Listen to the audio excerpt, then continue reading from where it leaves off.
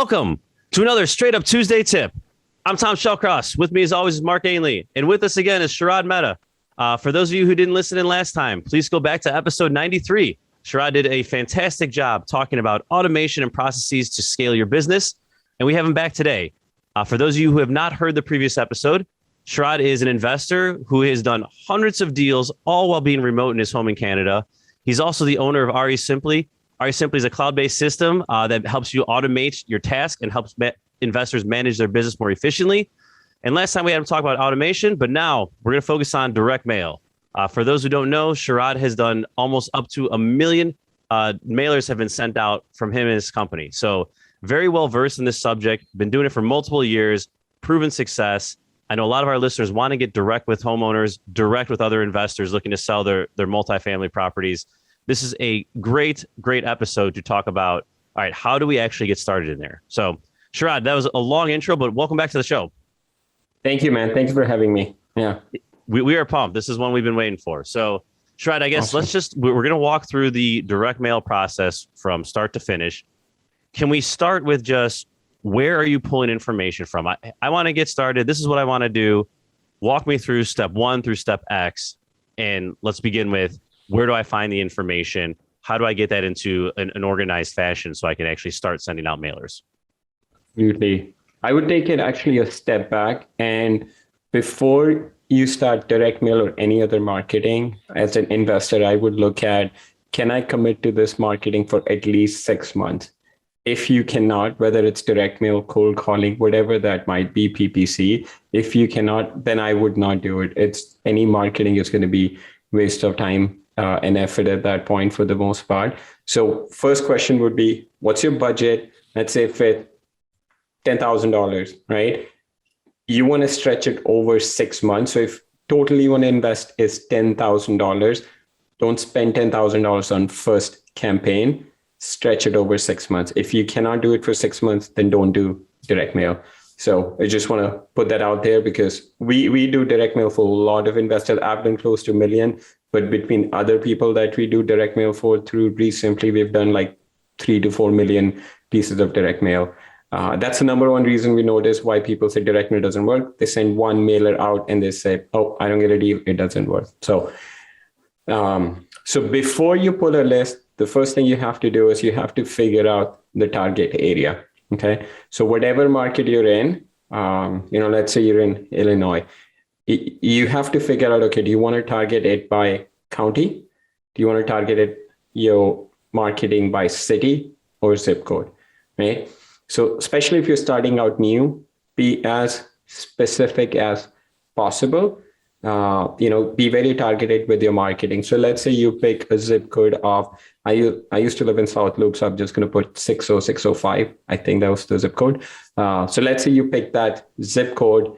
Then after that, the next thing is once you figured out the zip code that you want to target or the city, then the next thing you want to do is, okay, who do I target, right? So there's one simple way that a lot of investors start out with is buying their list on ListSource or PropStream. So you could go to ListSource, you could buy your list, you could put in your criteria. So the first criteria they would ask you for is the location, the area. So let's say you have your city or zip code that you picked out. The next thing would be, are you buying, do you want to target homeowners or absentee? So the difference between homeowners and absentee, essentially, when you're pulling a list is if the mailing address where the tax bill goes is the same as the actual property address, then it's homeowner. If the mailing address where the tax bill goes is different from the property address, then it's considered an absentee. So for example, what would be the advantage of targeting absentee? The advantage of targeting absentee would be absentee owners generally tend to be more motivated than homeowners because they might own multiple properties. They might be investors that got into investing. They bought a property. Now, for some reason or the other, it's not working out. They're tired. Their tenant isn't paying rent. So there's all these motivation factors that come in. So generally, we notice absentee list tends to be better than homeowners because homeowners have equity in the property, they're living in that home, so they don't have as much motivation to sell the house versus as compared to an absentee. So once you figure that out, then the next thing you want to look at it is how much equity they should have. So equity is also important because you don't want to target somebody with a direct mail that just that doesn't have any equity in the property. So let's say if somebody wants to sell a property to you for $100,000, but the house is worth $100,000, then there's no money to be made.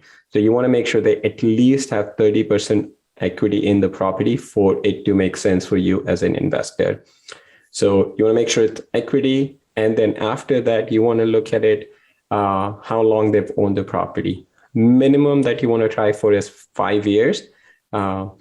Because typically what we notice is a property owner has had some life event in a 5-year period where, they may have some motivation to sell the property. So if you do not pick that length of ownership, then what could happen is, let's say you target people that have 100% equity in the property, right? They bought their property, they paid cash for it, but they just bought it 6 months ago.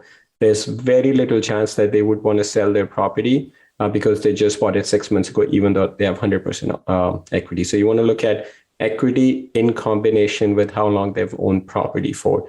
Now there's some other advanced filters in there where you can do unknown equity and you can do unknown years of ownership.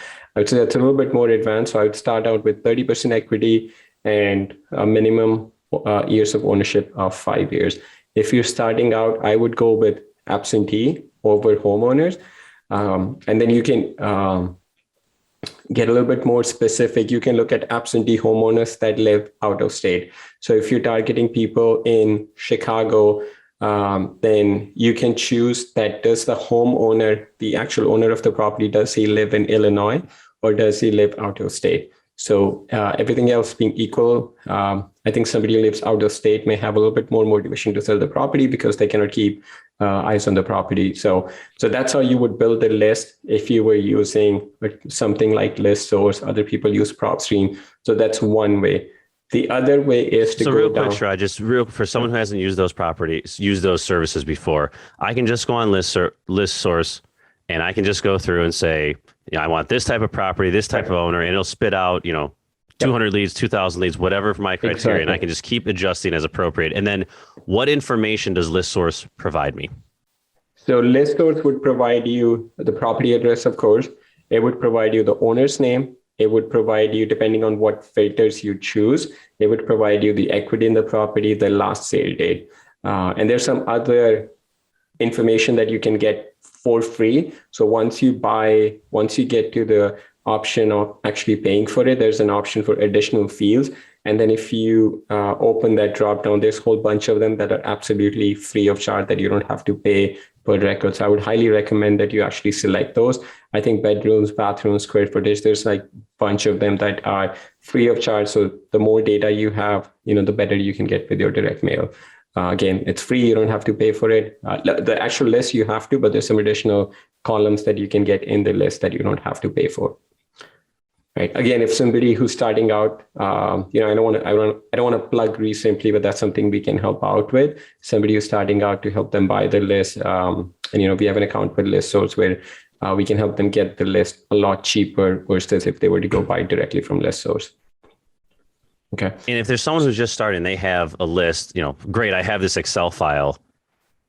I'm assuming then you just export that into, a system like yours or into some other CRM. But if I'm just getting started, is it okay to just run it off that Excel list for like my first mailer?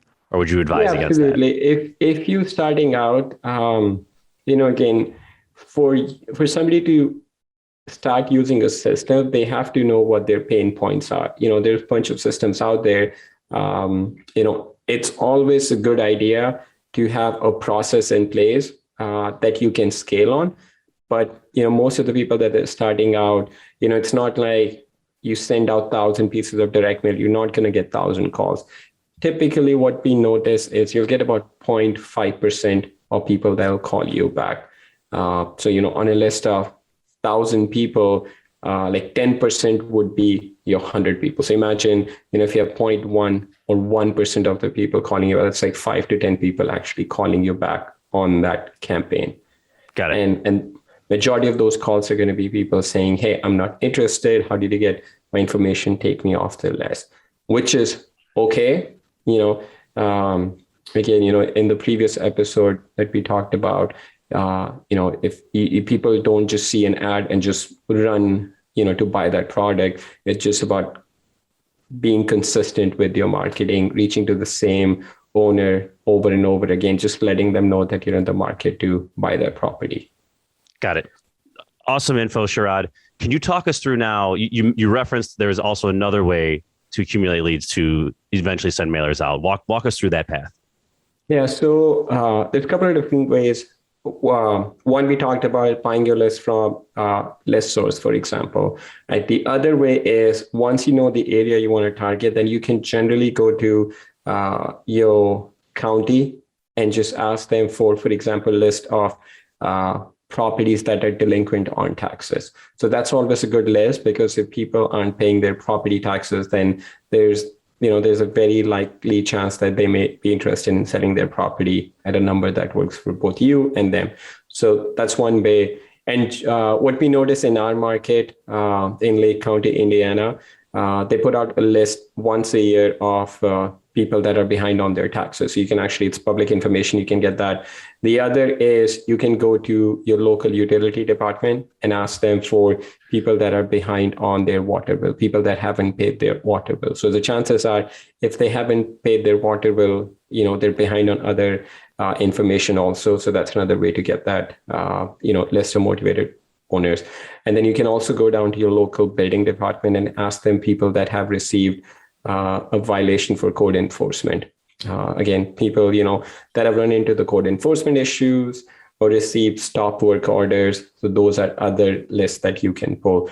But having said that, you have to be careful. So you might have somebody that hasn't paid their water bill, that hasn't paid their tax bill, that has received a code violation, that has a stop work order. So it checks all the boxes. But if they do not have equity, then it doesn't really matter unless you're doing short sales. So you have to be careful with that. You could get some really specialized list, but it's always good. Like for what we do, we always have a master list of people that have equity in their properties.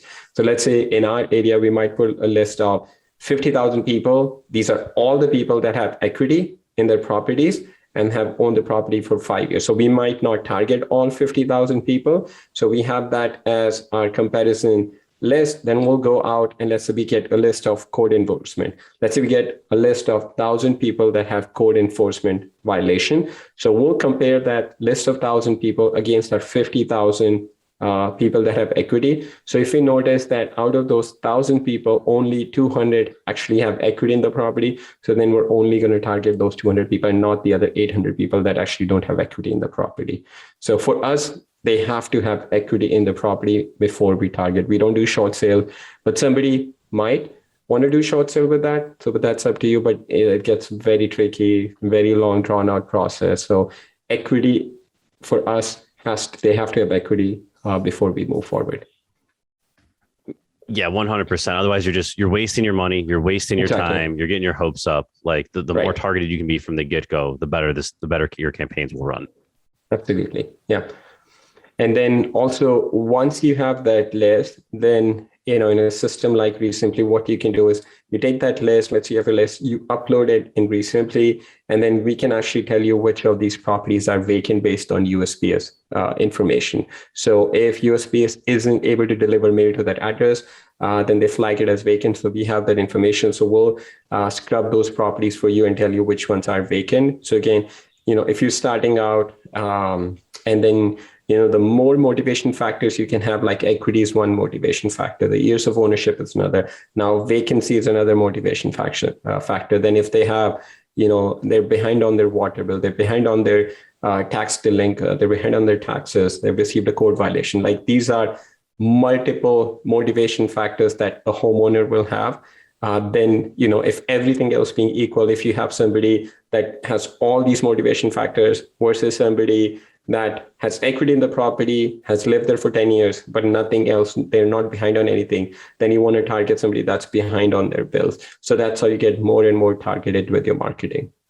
Sharad, that's great stuff. So I know originally we said we were going to walk through the entire steps here, but we're cut on time. So I think there's a good stopping point. We'll have you back on for the next tip to talk through. All right, now that you have this list, what do we actually do with it? But I didn't want to rush you there, because that was a great 15 minutes on just how to actually put together the list to set yourself up for success. Mark, any comments before we wrap here? No, let's wrap. I'm excited to hear more in 2 weeks here. All right. So you guys get an extra Chicago fact out of this, that means. Yes. So we're talking about mailing here, right? So Mark, I'm going to give you a question on the old main post office. So I know now we have Uber there. I think Pepsi moved in. At its original completion was the largest in the world. Which I could have guessed, but I didn't know that for sure. It reached its maximum capacity in 1943, handling this many letters per month. It's multiple choice, and I'm giving you orders of magnitude here. So they handled this many letters per month at their peak operating. Is it A, 4 million, B, 93 million, C, 580 million, or D, 1.2 billion? We're going with 580 million. All right, Sharad, do you want to guess as well? Oh man, you know what? I'm just gonna go I'm gonna say over $1 billion. Mark, you got this one. 580 million. Nice work. Nice. In fourth grade, I had to do I had to create a diagram of it, or like a real 3D image of it. And I did a whole bunch of research on it. But I'll tell you this, the thing I love about that building is you get to drive through it. Like, I don't care. Yeah, I'm awesome. 40 years old and I still driving under it or through it, whatever it might be. That's still the coolest thing to me. Yeah, no, absolutely. Sharad, thanks so much. This has been awesome. Absolutely. Mark, take us out here. Guys, we will have Sharad back on to finish this conversation of now what do we do with these leads now that we have them, set up and scrubbed. Yes, checking out our website. We have the zoning cheat sheet. Make sure you download that. It's awesome information. You might not need it now, but save it to your desktop and have it for later. Information that 15 years into this, I didn't know. So you'll definitely learn something. And then coming soon, we're going to have some off-market resources on the website as well, too. So stay tuned and we'll let you know more about that. All right, Tom, thank you. Sharad, thank you as always, and we'll see you soon. Thanks, guys.